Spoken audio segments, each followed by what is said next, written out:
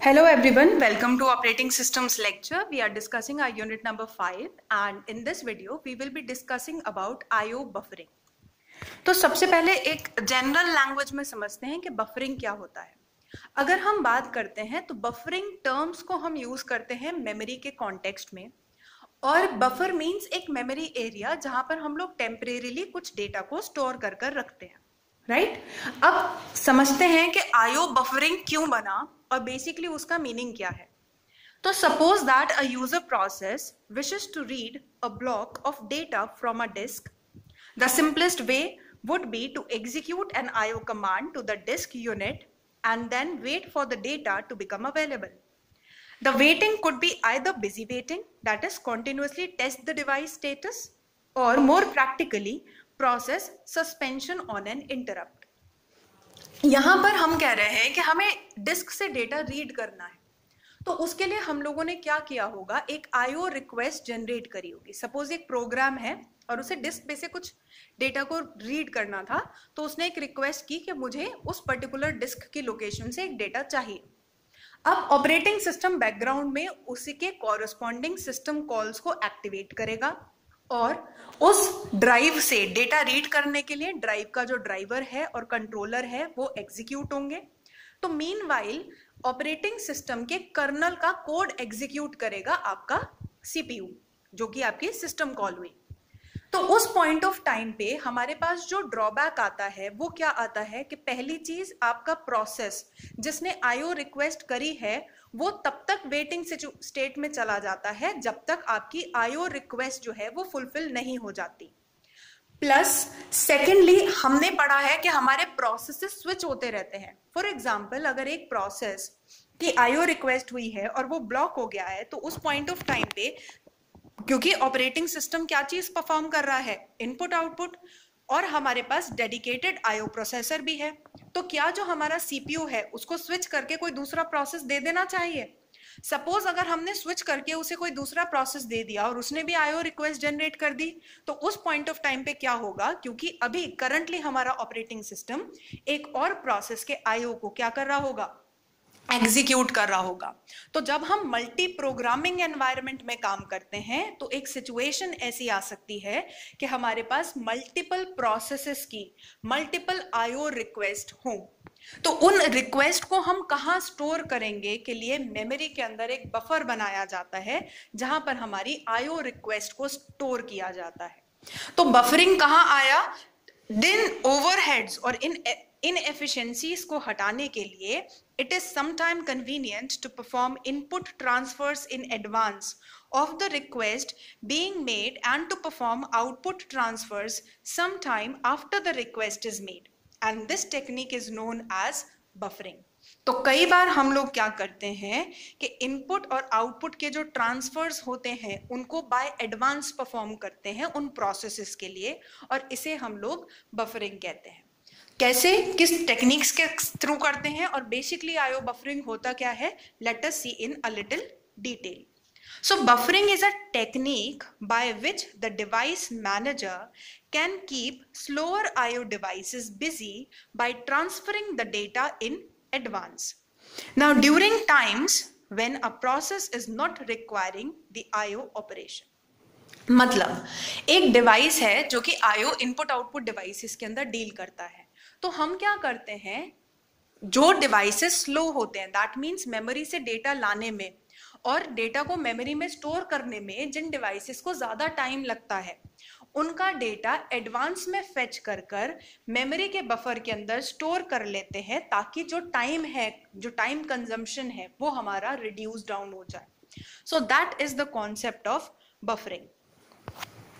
Buffering के types समझते हैं तो और थोड़ा डिटेल में आपको समझ में आएगा कि किस तरीके से वर्किंग हो रही है। तो बफरिंग हमारे पास बेसिक 4 तरीके की होती है। या तो नॉट एट ऑल आप बफर यूज ही मत करिए। Single buffer, that means memory में एक पोर्शन क्रिएट किया जाए, सिंगल बफर। डबल बफर, नाम से समझ में आता है 2 बफर्स क्रिएट करे हैं मेमोरी में। और सर्कुलर बफरिंग में हम लोग 2 से ज्यादा बफर्स क्रिएट करके उनको सर्कुलरली कनेक्ट करते हैं। अब कैसे डेटा फेच हो रहा है, किस तरीके से वर्किंग हो रही है, डिटेल में देखते हैं। सबसे पहले no buffering. Without a buffer, the operating system directly accesses the devices when it is needed. जब भी हम लोग बात करते हैं नो बफरिंग की, तो ऑपरेटिंग सिस्टम के अंदर जब हम मेमोरी मैनेजमेंट की बात करते हैं तो मेमोरी के अंदर एक भी बफर जनरेट नहीं किया जाता. इनपुट रिक्वेस्ट होती है तभी भी ऑपरेटिंग सिस्टम डेटा को इनपुट आउटपुट डिवाइसेस के डेटा को डायरेक्टली डिवाइस के थ्रू एंटर करवाता है, और अगर आउटपुट है तो भी डिस्क पे से जो डेटा आता है वो डायरेक्टली आता है मेमोरी के अंदर. मतलब जब रिक्वेस्ट आई तभी ट्रांसफरेंस होगा. There is no buffer in the memory, मतलब एडवांसली कुछ भी स्टोर नहीं करा, जैसे रिक्वेस्ट आई उस रिक्वेस्ट को वैसे ही फुलफिल करवाया, तो that is no buffering. Talking about a single buffer, नाम से समझ में आता है मेमोरी के अंदर एक बफर लोकेशन बनाई गई. Operating system assigns a buffer in the main memory for IO request. हमारे पास एक इनपुट आउटपुट डिवाइस होता है, हमारे पास ऑपरेटिंग सिस्टम की जो एक्सेस होती है मेमोरी के अंदर, वहां हमने एक बफर बनाया. इनपुट आउटपुट डिवाइसेस से डेटा जाता है आपके बफर के अंदर, और बफर से उस डेटा को प्रोवाइड करा जाता है आपके यूजर प्रोसेस के लिए. अब यहाँ पर हमारे पास एक ड्रॉबैक है. आप डायग्राम को देखिए, डिवाइस से डेटा कहाँ जा रहा है, बफर के अंदर, और बफर से डेटा जाता है यूजर प्रोसेस के अंदर. तो हमारे पास दो ऑपरेशन हो गए, एक इन और एक मूव. जिस पॉइंट ऑफ टाइम पे इन ऑपरेशन हो रहा होगा उस टाइम पे हम मूव ऑपरेशन नहीं कर सकते. दैट मीन्स बफर, आप क्रिटिकल सेक्शन में भी पढ़ चुके हैं, आपने प्रोड्यूसर कंज्यूमर प्रॉब्लम भी पढ़ा था. तो जिस पॉइंट ऑफ टाइम पे IO डिवाइस जो कि डेटा जनरेट करके प्रोड्यूस करके बफर के अंदर स्टोर कर रहा है, क्या उस टाइम पे जो आपका यूजर प्रोसेस है जो कि एक कंज्यूमर की तरीके से एक्ट कर रहा है, क्या वो बफर से डेटा रीड कर सकता है? नहीं. तो इन और मूव ऑपरेशन आपके एटॉमिक ऑपरेशन हुए. तो एक बफर के टाइम पे आपको डिले लगाना पड़ेगा. जिस टाइम पे डेटा इन हो रहा है उस टाइम पे डेटा मूव नहीं हो सकता. तो दैट इज अ ड्रॉबैक, और इसके अंदर टाइम लगेगा. तो हमने क्या किया, हमने एक नेक्स्ट कंडीशन बनाई जिसमें हमने डबल बफरिंग का यूज किया. मींस मेमोरी के अंदर हमने दो बफर्स बनाए. तो use two system buffers instead of one. A process can transfer data to or from one buffer while operating system empties or fills another buffer, and this is also known as buffer swapping. Again, अगर producer consumer problem आपको clear है तो ये भी आपको बिल्कुल clear होगा. Input output devices क्या कर सकते हैं, ऑल्टरनेटिंगली दोनों बफर्स के अंदर काम कर सकते हैं. फॉर एग्जाम्पल, अगर पहले वाले बफर के अंदर वो डेटा रखना चाहता है आपका इनपुट आउटपुट डिवाइस, तो वो देखेगा कि क्या ऑपरेटिंग सिस्टम उसमें से तो नहीं डेटा मूव कर रहा. अगर वो फ्री है तो वो उसमें डेटा को पुट कर सकता है. और मीनवाइल जो आपका सेकंड बफर है वो एम्प्टी रहेगा, तो उस पॉइंट ऑफ टाइम से वहां से डेटा मूव किया जा सकता है.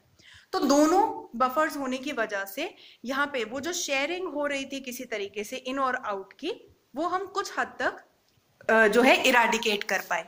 तो एक पे इन ऑपरेशन परफॉर्म हो सकता है और एक पे मूव, और ये रोटेटिंग रहते हैं, हम दोनों पे इन और मूव परफॉर्म कर सकते हैं. लेकिन अब हमारे पास जब हमने देखा कि हमारे पास सिस्टम्स जो हैं वो कुछ और ज़्यादा सोफेस्टिकेटेड बनने लगे, जिसके अंदर हमारे पास बहुत ज़्यादा IO ऑपरेशंस परफॉर्म होते हैं. जैसे हम लोगों ने पहले भी एग्जाम्पल पढ़ा था कि हमारे पास CPU बाउंड प्रोसेसेस होते हैं और IO बाउंड प्रोसेसेस होते हैं. तो अगर हमारे पास एक IO बाउंड प्रोसेस है जिसमें कॉन्स्टेंटली हमारे पास इनपुट आउटपुट रिक्वेस्ट आती रहती हैं, तो उस केस के अंदर हम लोग सर्कुलर बफर का कॉन्सेप्ट यूज करते हैं. That means using more than 2 buffers. तो यहाँ पर हम लोग एक से ज्यादा, 2 से ज्यादा बफर्स यूज करते हैं. Each individual buffer is a circular buffer and it is used when IO operation should be keep up with the process. मतलब हमारे पास बहुत सारे IO processes हैं और हम चाहते हैं कि डिले कम से कम हो, तो हम क्या कर सकते हैं, बहुत सारे बफर्स में डेटा रख सकते हैं और उसको सर्कुलरली रोटेट करके यूज कर सकते हैं. तो यहाँ पे टाइम लैग नहीं आएगा IO प्रोसेसेस के बीच में. जब भी डेटा चाहिए वो हमें बफर के अंदर मिल जाएगा, राइट. तो ऐसा नहीं होगा कि एक पॉइंट ऑफ टाइम पे हमारी IO रिक्वेस्ट बहुत ज़्यादा हो जाएंगी IO बाउंड प्रोसेस की और हम उसको सेटिस्फाई ना करवा पाए.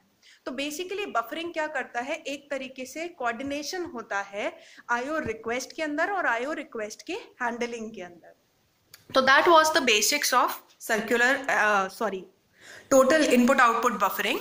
And it is also an important question because IO buffering पे शॉर्ट नोट लिखने के लिए यूनिवर्सिटी में पूछा जाता है. आई होप ये टॉपिक आप लोगों को क्लियर होगा. अगर आपको कोई भी डाउट हो तो feel free to ask your queries. Thank you.